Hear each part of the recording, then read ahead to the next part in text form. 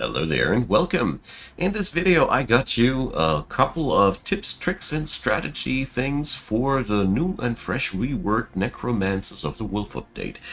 I did some builds, they were all wonderful, and I realized there's a couple of things worth talking about that should make your start into the Necromancy a lot easier. So first up, before I go into my numbers here, a couple of quick things up ahead. Necromancers have changed in a way that we now have access to way better necromantic units. We have now access to raise enemies after the battle, and we also have a lot of tools to get ourselves really into motion, but this faction has a relatively low and weak early game. The new reworked Necromancers for me feel like they're heavily pipelined into their late game. That's just as a heads up. So I want to get started with the number one here, and that is I want to talk about the skeletons. So like I said, we can now resurrect enemies after the battle. In this scenario here, I have this guy here, a skeleton mage. They come in 4 flavors. We can have spears, shields, mages, and archers, depending on what we've slain. The caveat about that is they always come from the species, the race, that you've resurrected. So that is, first off, bringing you into a position where your traits on the Necromancer should always be selected according to your backline. The resurrected undead units will never benefit from your racial traits. You will always be working with your Necromancers and whatever kind of supporter units you use or other supplements out of your cultural roster. Take that into account. That really matters. So, the next point about those skeletons, they are filler material. They cost 15 souls each, and their primary purpose is to fill up your ranks, to have a triple banner as soon as you can afford it mana-wise, and then they shall be replaced, or sacrificed, or nuked. I want to say here that Rotting Explosion, a good spell out of the first Necromancy book, lets you blast not only your zombies but also your skeletons to a really high payout. That means you can invest 15 souls for a big fat AoE explosion, and those skeletons, after you've won the fight, if it is a big fight that warrants a sacrifice of a unit, usually you can just re-summon somebody, or you just fill up the ranks with a tier 2 unit that you have or recruited. Whatever might be the case, your skeletons are your riffraff. They are replaceable. Don't hold on to them, and most importantly, once you have your 3 banners full with these guys, don't fall into the wrong assumption that you would be strong. You only have quantity, not quality with these guys. But with Necromancy it is, quantity has its own advantages, and that is of course its own thing that you can utilize as long as you are aware of it. So don't fall into the trap of thinking your skeleton units are strong. They are all tier 1 units that need unit enchantments to shine. They can't use racial traits because you just get what you get, and they can't use racial transformations because you just get what you get, and therefore they are useful, but to their own limit, and that ends at number 1. Moving over to number 2. The zombies, which are the other supplement of your low-ranking riffraff. Zombies are provided by Necromancers. They can just raise some unit that has been killed recently. So your baseline strategy should be to kill off an enemy and then raise up their fallen dudes back up and use them against the enemy. Zombies can also be provided by Bone Horrors and by various other means. They are amazing if you can mass them up. Therefore, all the effects that you can use that create zombies, namely, for example, Necrotize or Soul Binding, does also have a 30% chance to spawn a decaying zombie. This is a hidden triumph card of yours. You might fight against the Necromancers first against only 18 units, but over the course of the time you will rise enemies and you will raise up your dudes. The big deal about the zombies is they inflict decaying, and they are absolutely disposable. They are ideal to be brought close to a difficult to beat enemy to lure out their retaliation attacks. You can send them onto a hero, hope that they inflict some decaying or whatever. They can also be, of course, utilized massively well with a rotting explosion. And overall, zombies, you should really try to force as many of these onto the battlefield as you can. These are your faction unique combat summons, so to speak. And if you can't get hand on Dark Ritual, it's same color here. I can't remember if I had that on one of my heroes. Dark Ritual gives you a 1 hex radius attack that can summon a lot of zombies in one go. This is a real powerhouse, and your basic usage of these guys will be just softening up the enemy wherever you can. And here again, don't assume they are quality, they are quantity. Quantity used to whittle down the enemy to open up the field for your stronger units. Which brings me to number 3. Let's talk Necromancers. I already skimmed them a bit. These guys are amazing and important for your game plan in any build, however you build the Necromancers. First off, I already talked about the Raise Undead skill. I also want to stress out that you can also revive friendly undead units, so these guys can also bring back your own guys. If it's a foreign unit, it's a decaying zombie, but it's if one of your undead units, you get even a better payoff out of the skill. Once per battle, use it wisely. Don't just spam it. Always get the most out of your resurrects there.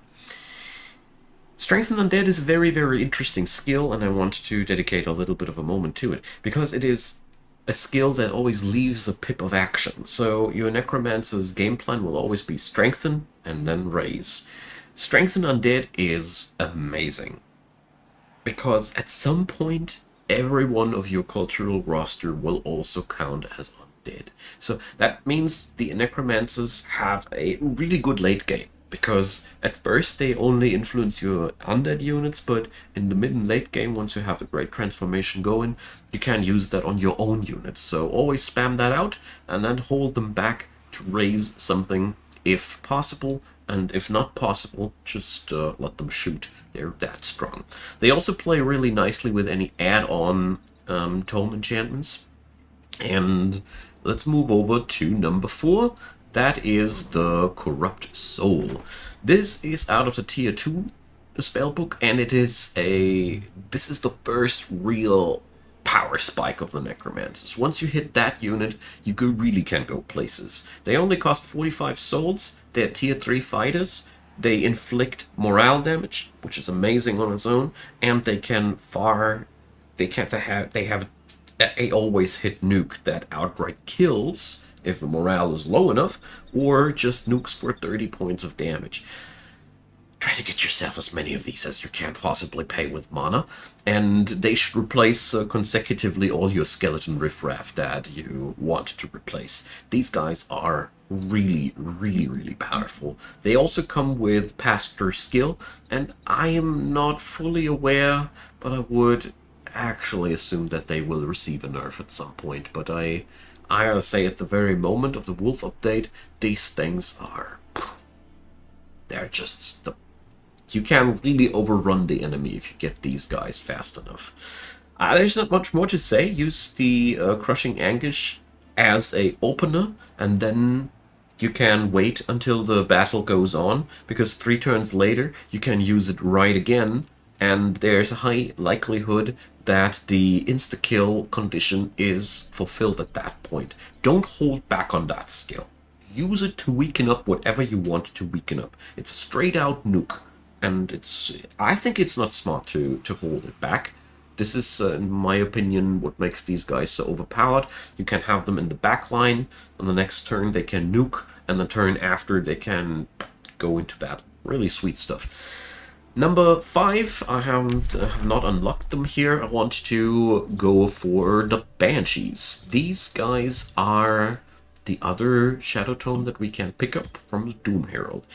This tome plays amazing into the Necromancy, as Banshees are undead, they destroy enemy morale, and Necromancy and morale destruction gameplay goes so darn well hand in hand. I just mentioned a big payoff here with the Corrupt Souls that can just destroy units, and it's also giving you access to a really sweet battle mage unit, and you can upgrade your unit's damage with that tremendously. If you have no other plans on the tier 2 tomes, Doom Herald combined with Banshee is amazing, as these ladies here, they are disposable. Here again, don't make the mistake to hold on to these. If you have enough mana and you just lost 2 of them, but you won a battle against 3 banners of enemy troops, you just spent 300 mana and you're back on your feet again. That was absolutely worth it. So with the Necromancer faction, generally you need to learn to thrive on losses and get the most out of a sacrifice to really get a good payout out of these. Anyways, this tome is a massive fit, but not a must-have. I think the Souls tome is the real must-have. I couldn't imagine a powerful Necromancer build with Doom Herald alone. I haven't tried it out. Maybe I'm wrong about that, but my preemptive number crunch goes into favor of Souls. Anyways, number 6, the Tome of the Great Transformation, Wightborn. So Wightborn makes your units life-stealing, and that's, I mentioned it in the beginning, that's a tipping point for you. Your troops gain such a tremendous amount of longevity. And that moment when you have this thing on the board, it is amazing. But the big thing you should always pay attention to is the fact that you lose a ton of resistances. Have an eye on your enemies. If you have enemies that rock, spirit, and fire simultaneously, it might be a really wise choice to opt out of this transformation completely until you have these under control. An enemy that would utilize spirit and fire damage at the same time would burn through your armies with that transformation, and there would be not much counter for you to do. If you leave Wightborn out, you can fall back to your cultural roster and try to take out these guys. What that also means, if you ever meet AI enemies that field these types of magic, you can pretty much foresee it sometimes. It is really important that you take them down first. These will be your worst enemies, and they can really be a problem and should be on your to-do list early on. That being said, if that doesn't happen, and if there's only one type of damage on the field, like fire or spirit alone, it is manageable. They are dangerous, but really, the real nightmare begins when these 2 damage types come together when somebody plays a Chaos Order build. Big problems. Right on. But you gain the immunity against damage over time effects and immunity against disease, which is really powerful, and you pretty much start to counter any morale gameplay that feels against you. So if you have any enemies that utilize that, it's a real powerhouse. A hidden strength of this one, because it's easy to overlook the Heartless bonus that all your troops will get. Now, this is all I wanted to say over that point. I wanted to point out that Wightborn has downsides and therefore use it wisely. But if there are no signs on the horizon that this would really kneecap you in any way, go for it ASAP, as it not only gives you lifesteal, it also gives you the ability to finally aim at all troops of yours with all those sweet undead buffs. Cultural tier 3 units can now be finally buffed by all your undead bonus thingies, and that's where the money's at. Alright, number 7, I want to talk about Bone Dragons. So, the elusive Bone Dragon is an amazing unit that has a wonderful profile. It's just a tier 4 unit, so you can buy it quite cheaply, and it brings all the things that a dragon brings. The only downside is you need to destroy tier 5 units. So this is a pretty big downside, because usually this you find tier 5 units not so often. Of course, if you play on brutal difficulty, you will have plenty of tier 5 units, and Strangely enough, Necromancy will thrive out of that enormously, but in normal or hard difficulties, you will not find too many tier 5 units. That means if you are a Necromancy player and you notice a gold infestation or a gold wonder, silver wonders sometimes also have tier 5 units, but more rarely, keep these.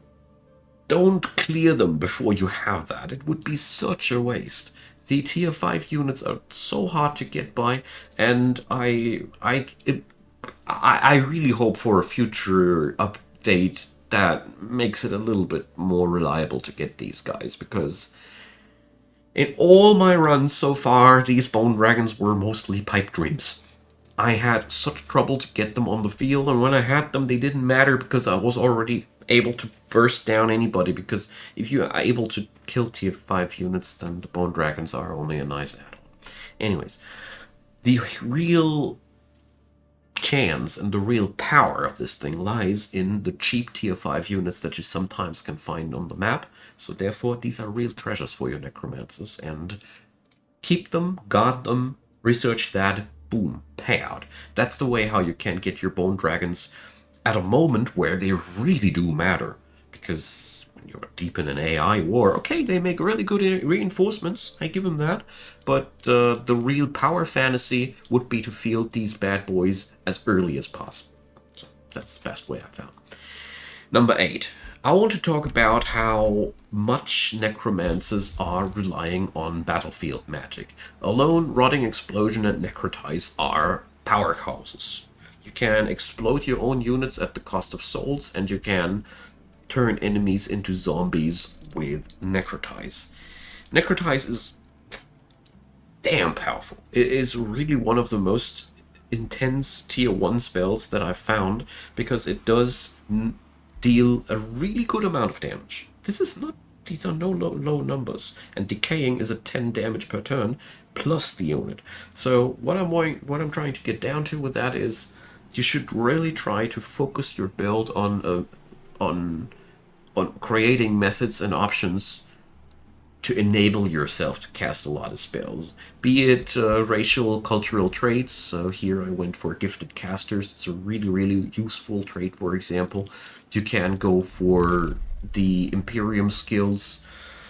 Shadow and Arcane offer a real good amount of options to increase your battlefield spells. There are provincial upgrades that you can go for, but either way, my general impression with the Necromancers whenever I played them was that they benefit massively, more than other cultures, from the ability to fling out those spells as often as possible, preferably every and each turn, because, yeah, focus out your first unit, necrotize it, burst it down, you have already a unit more. Got a Wizard King, over channel, able to burst down 2 units in 1 turn, boom, you taken off 2 enemies of the board from the enemy side, and you created 2 more on your side. So the total difference is 4, not only 2. You took 2 of them and you created 2 more for yours. The spell is so insanely powerful, therefore, that's all I want to say. Battle magic matters for necromancers, and it's a sweet deal. Number 9, souls. So souls have become a insanely important resource for this faction. Souls are used for our powerful units, Corrupt Souls, and all the high tier units, Bone Horrors, and the like. They all cost souls. Therefore, your focus should really lie in creating as much soul income as possible. If you ever happen to have the feeling, man, I got so many souls, I got 500, 600, 800 souls on the bank, whatever should I do with it? I show you what you should do with it. Here's the Tome of the Eternal Lord. Here's Ray's Undead Army. There comes the time where you can just dump that stuff and create armies out of nothing with souls alone, and overrun your enemies with that. Sure, it's riffraff, but due to the self-destructive nature of your kit, you can't just blast your enemy to smithereens with a couple of throwaway units. And that's what you can do with souls. There's a lot of things that you can do with souls, of course. I also want to showcase the Tome of the Reaper. These dudes, wow, they are... They are among the most powerful tier 5 units in the game. They start to compete with gold golems because of the fact that Finger of Death is just such a heavy nuke. I mean, it's 45 damage either way, ignoring magic resistance. And in 60% of the cases, the victim will die, and you get a zombie. So, souls, seriously, never have the impression that you got too many souls. And the other end is, don't invest your souls into low quality units too heavily. Skeletons, for example, are a wonderful thing to waste your souls early on. Sure, the first investment on filling up your ranks to have 3 full banners to conquer the world, that's good investment of souls on skeletons. But raising them for no good afterwards, that wouldn't be good use of souls. And there comes the point, like I said, where you can just straight out win the game with enough souls because you can stamp out army after army after army and just overrun the enemy with that. So, souls can be a real victory condition for these guys. Number 10, I want to draw down a little bit of a standard game plan and what things you should be aware of during your first 50 turns with the Necromancers. Like I said, you start out relatively weak. The Necromancy tome is pretty cool on its own. It gives you all the tools to win the fights around the world map and to conquer nodes and all. There's all the things that you require. But skeletons are weak. You will need something to boost them up somehow. And up until that point, you shouldn't break any war off the fence with any AI army. And because there's a good chance that they will just burn through your riffraff and outright destroy you before you have the soul economy to just bounce back off of that. Therefore, wait it out until you have the tier 2 tome up, and then you can go places. That also means your build is very, very hungry for knowledge. Due to the fact that Necromancy is so balanced towards its late game, mid and late game is where these guys grow more and more unstoppable, knowledge is a very important resource. I mean, it's always the case for all the factions that I've played, but some builds just have less of a power spike at tier 3 than others. These guys have power spikes at tier 3, tier 4, and tier 5 that are amazing and insane. Therefore, knowledge, really, you should try to press out as much as you can. At the same time, you are also an insanely mana-hungry culture. There's so much good stuff you can do with mana. There's good unit enchantments, and there's also units you can summon, like the Banshee. There's all the sweet battlefield magic that you want to fling out. I mean, Necrotize, if you don't run gifted casters, can go costly over the course of the time as well. And all in all, you do require a lot of upkeep, mana-wise, for your undead. All your quality undead cost you a lot of mana, and if you start to enchant them with some fancy, good hitting stuff, the costs grow even further. So knowledge and mana are really the two darned important resources for your culture. So my personal recommendation would be to focus your early game during the first 2 tier tomes, during the first tier 1 tomes, to build up your economy as good as you can, expand, build your cities, and try to get to scare away the AI enemy with those many undead that you can field up early on, but don't fall victim to the assumption that you would be strong. Once you have tier 2, like I said, as soon as you have like 4 or 5 of these corrupt souls going, and a couple of necromancers to back it up, and whatever is your additional game plan, I have met nothing that was really able to stop me AI-wise anymore.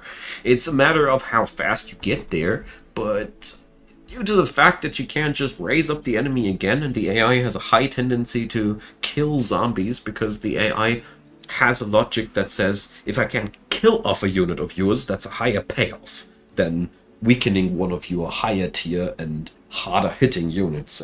Therefore, they have that odd tendency to just burst down a zombie, where they could take out a a corrupt soul, support, or whatever.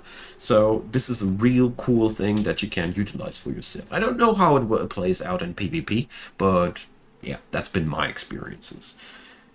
Once you hit tier 3 and you have Wightborn going, slash a couple of bone dragons, the world is your oyster. If you are a pretty aggressive player, I'd say the world is your oyster at the point of the corrupt souls, but that depends on your own playstyle. Just a personal impression. So, after that, keep a soul economy going. Don't break off too many wars at once. Keep your souls together. Use them wisely for the projects that you want.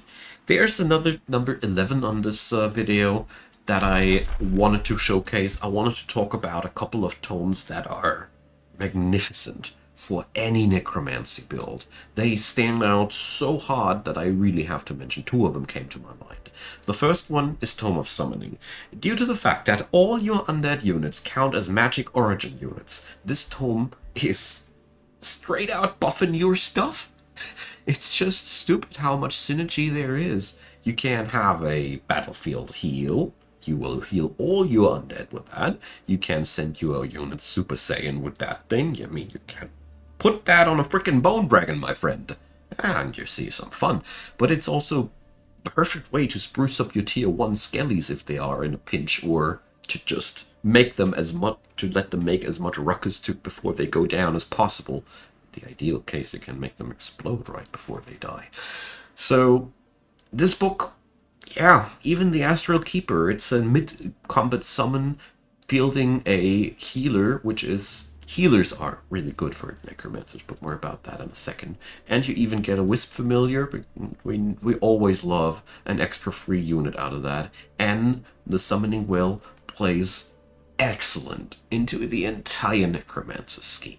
More mana, more knowledge per conduit, more mana per conduit, and summon spells cheaper in our own domain. This tome, I really have trouble picking up anything else in the tier 2 area than this in addition to the Soul's Tome. The Tome of Summoning often outweighs the Doom Herald so heavily that I pick up Summoning. The other one that goes really close to the Necromancy is surprisingly Tome of Faith. This tome offers so many things that this faction lacks early on, that you will have substantial benefits all over your campaign from that.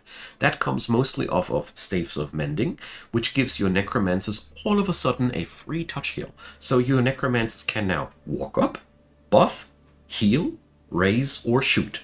That is amazing. That's a game changer. Your Necromancers will feel so much more powerful. On top of that, you gain the Chaplain. You now have another supporter who's a real supporter, not so much a summoner. They can cleanse negative status effects. You should always aim to have a couple of these on your banners. They can get Mending Touch as well, but most importantly, they have the ability to boost up the damage of somebody really good. And Tome of Faith is surprisingly good for the Necromancers in every aspect. It's wild. Even the Faithful Whispers plays so good to you because Shadow is really good at utilizing free cities. That all being said, that's been my thoughts and impressions while I was working with the new Necromancers, and I hope you found that helpful. Drop me your comments down below, leave me your thumbs up if you enjoyed, and consider subscribing. There's a description box below with plenty of links for Twitch, Discord, and Patreon, PayPal, or Buy Me a Coffee if you want to support the channel. You might also want to check out the membership system of the channel. Free access to all the scheduled videos, and I want to say a big thanks to all of you supporting the channel. It really means a lot to me and the family. And a big thanks to you, especially watching this video until the very bitter end. I deeply appreciate your time, and hope to see you back on the next one. Bye-bye.